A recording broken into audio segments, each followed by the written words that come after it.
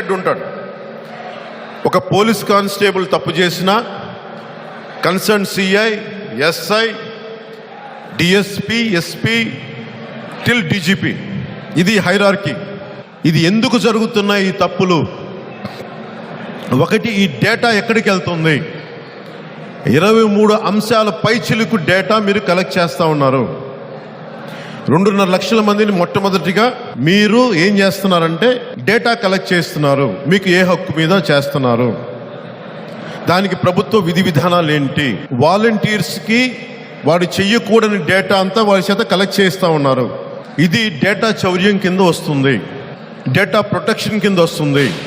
అలాగే వైసీపీ మాట విని గతంలో కూడా రాజశేఖర రెడ్డి గారు ముఖ్యమంత్రిగా ఉన్నప్పుడు చాలామంది మనం ఏమనుకుంటాం, మన పెద్దలు అధికారంలో ఉంటే మనం ఏదైనా చేసేయచ్చు అనుకుంటాం. అలా కుదరదు.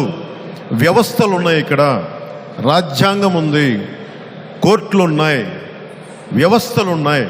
అక్కడ మనకి జగన్ మనకు కూర్చోబెట్టి అన్నా నువ్వు చేసేయనంటే చేసేస్తాం పొరపాటున, మీరు చేసే నేను చూసుకుంటానని.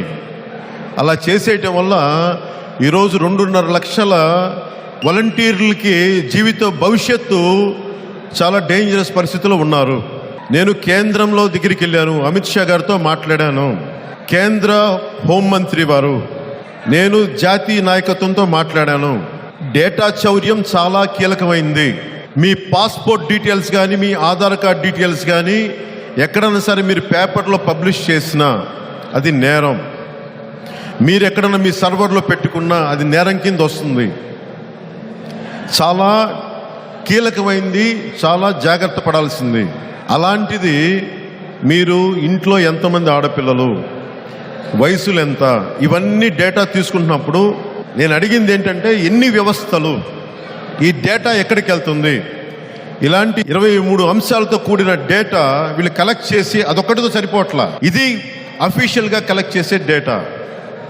అఫీషియల్గా కాకుండా వీళ్ళు ఏ టైమ్స్కి ఎక్కడికి వెళ్తారు ఇదంతా రికార్డ్ కూడా, ఇది కూడా చేసుకుంటా ఉన్నారు, అబ్జర్వ్ చేస్తూ ఉన్నారు. ఇక్కడ చాలామంది యువత ఉన్నారు, పెద్దలు ఉన్నారు, హైకోర్టు లాయర్లు ఉన్నారు, ఇక్కడ చాలామంది పెద్దలు ఉన్నారు. మీ బ్యాంక్ డీటెయిల్స్ అనుకోని వాళ్ళ చేతిలో పడితే ఈరోజు డిజిటల్ మనీ, ఒక చిన్నపాటి సాఫ్ట్వేర్ ప్రోగ్రామ్ కొడితే మీ డబ్బులు పక్క దాంట్లోకి వెళ్ళిపోతాయి.